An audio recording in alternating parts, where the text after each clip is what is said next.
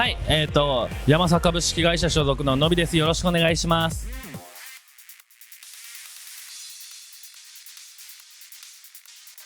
なんだろう、エボジャパンっていうよりも今年はその大会でどういう風に戦っていくのが一番安定するかなっていうのを考えながらずっとやっていく年で、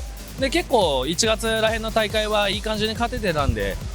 今のさっき負けちゃった試合とかも結局は最後 50% 通すか通さないかの読み合いで負けちゃったんで、運が悪かったっていう風に見ながら頑張っていこうかなって思ってます。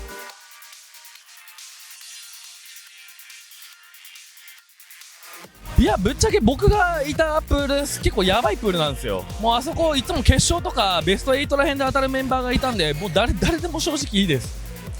いつもこうなんですよ、僕どこ行っても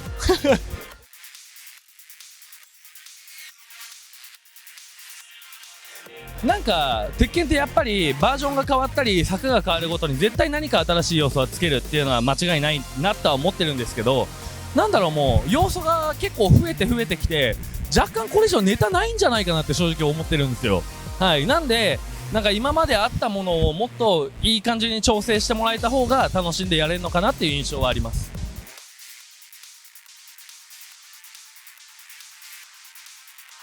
なんだろう、僕一応1年目も2年目も全部ファイナルまでは残ってますし、なんだろう、準備っていうよりも結局は当たる人って絶対上位陣は一緒なんで、はい、なんかその普段負けないように練習するとかじゃなくて、本当にその上位陣のみの対策だけを専念してやってます。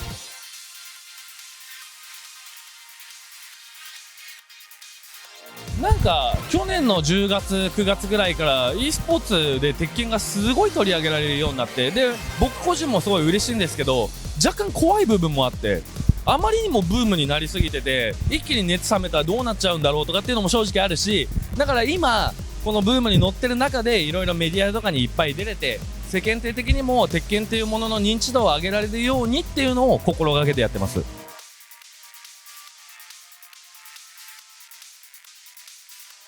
リアルなんですよ。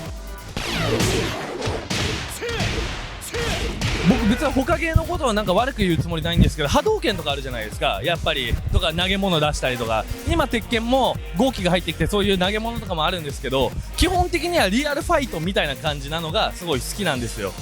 はい、なんでなんかちょっとなんて言うんだろう、うさんくさい格ゲーは嫌だって俺は思ってて、正直要は左パンチ出したらちゃんと左のジャブが出て、右が出たら右が出てっていうのが好きです。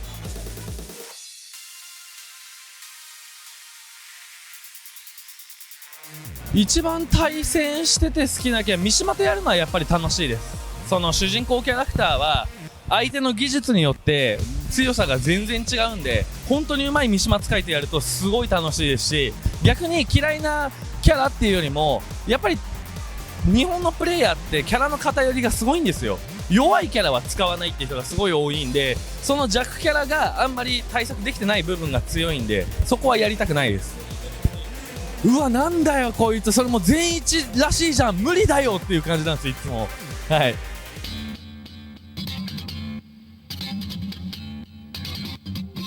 基礎っていうよりも鉄拳って順序があって、2択をかけること、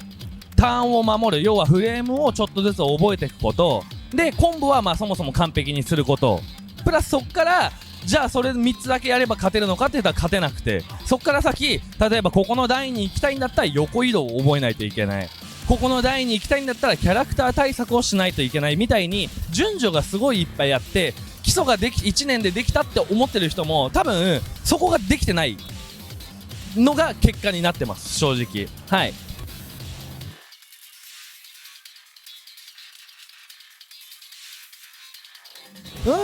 正直言うと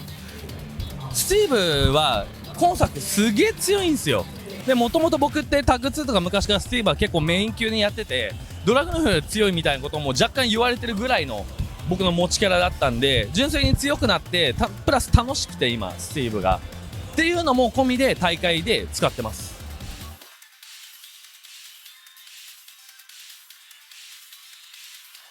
いや、正直ドラ使いの僕から取ったらクソなんですよこの調整って思っちゃうんですよ。一番別に他の部分をもっと弱くすればいいのに、相手が立っちゃってたらドラグノフが一番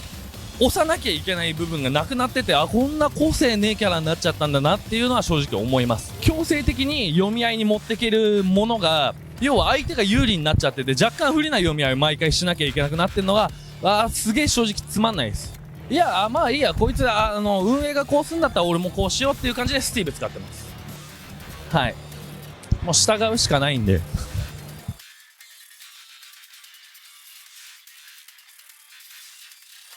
でもやっぱり一番手っ取り早いのは正直メディアに取り上げられることだと思ってて、どんなプレイヤーもただ大会勝つだけじゃ有名にはなれない。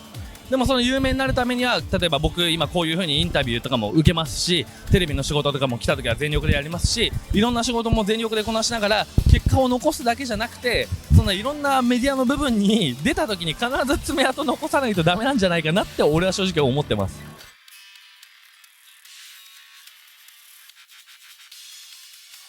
もちろんです。それはもちろんです。はい。ただ、